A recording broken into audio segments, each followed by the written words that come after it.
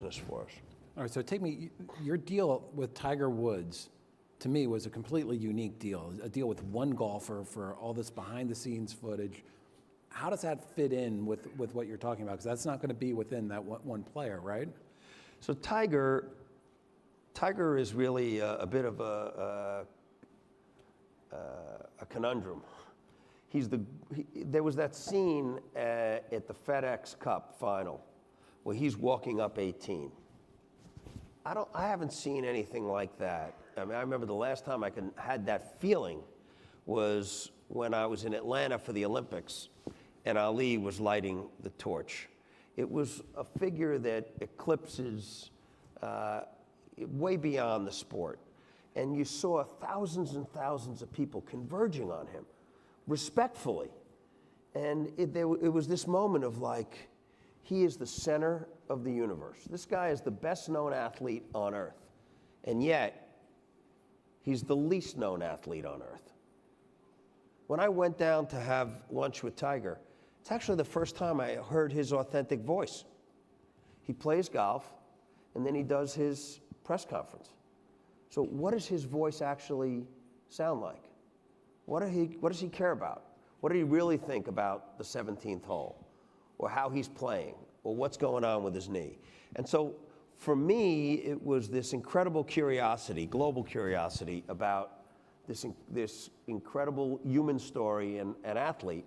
For Tiger, it was, I'm going to have a direct relationship with everybody that loves golf. I'm going to talk to them every day, 10 times a day, or once a day. If I'm having a problem with my putting, I want them to come at the Players' Championship and spend an hour with me on the putting green with my guys and see how I work through it, or I work out my way out of the sand trap. He's going to do instruction for us. What he's going to do is he's in this with us. It's the last big deal he did was in '96 with Nike. It's this idea that he could have a direct relationship with the people that love golf, and then figure out what it is they want to see and what they want and what they want from him. But his narrative will now be defined by what he has accomplished and what he does on the course, and his voice with us, which he's in control of his own destiny. So we're excited, and we're working on a lot of things together. One of the things that we're going to do is, the Tiger Phil worked pretty well. The match on the match. Turner, right. Worked pretty well. There was a lot of it that could have worked better. We looked at it and we said, pretty interesting. 1 million people came in and wanted to watch it. Could we improve on it? What could we do? And so we're going to do a number of those type events. Tiger's excited about it. We're going to do one. It'll be most of them will be outside of the U.S. We're going to do one in Tokyo, and we're going to play around with the format. And Tiger's going to decide what is the best format. Should it be one-on-one? Should it be two-on-two? Should we have 2 matches going on at the same time? But he's all in to play around with that format, and we think that it's a way to really, we could bring in some local players. We could evolve the format so that it really works. But our first one will be in Tokyo with Tiger, and more to come on exactly how we're going to do it. Are you talking about like a pay-per-view type thing? It will be a global event, a full-on global event. And so people in America will be able to see that? People in America will see it, and people everywhere in the world. The other big opportunity is, imagine going into China and having all the golf. We're a global business, but the day after we closed our deal with Jay, people were coming from Japan to see me in my office. That never happens.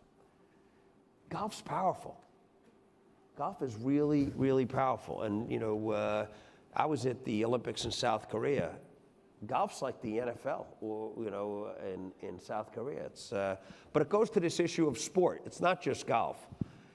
It's the power of sports and sports personalities, and it's becoming more powerful when you see what Rupert, as he split his business, he had the NFL on Sunday, he got the NFL on Thursday, and he got wrestling, I don't know how you categorize that, on Friday. But the ability to compete with scripted television and reruns is very challenging for a lot of the traditional platforms. So You know, the game of sport now, that IP, you know, I'm looking at Gary Bettman, you know, he has fantastic IP.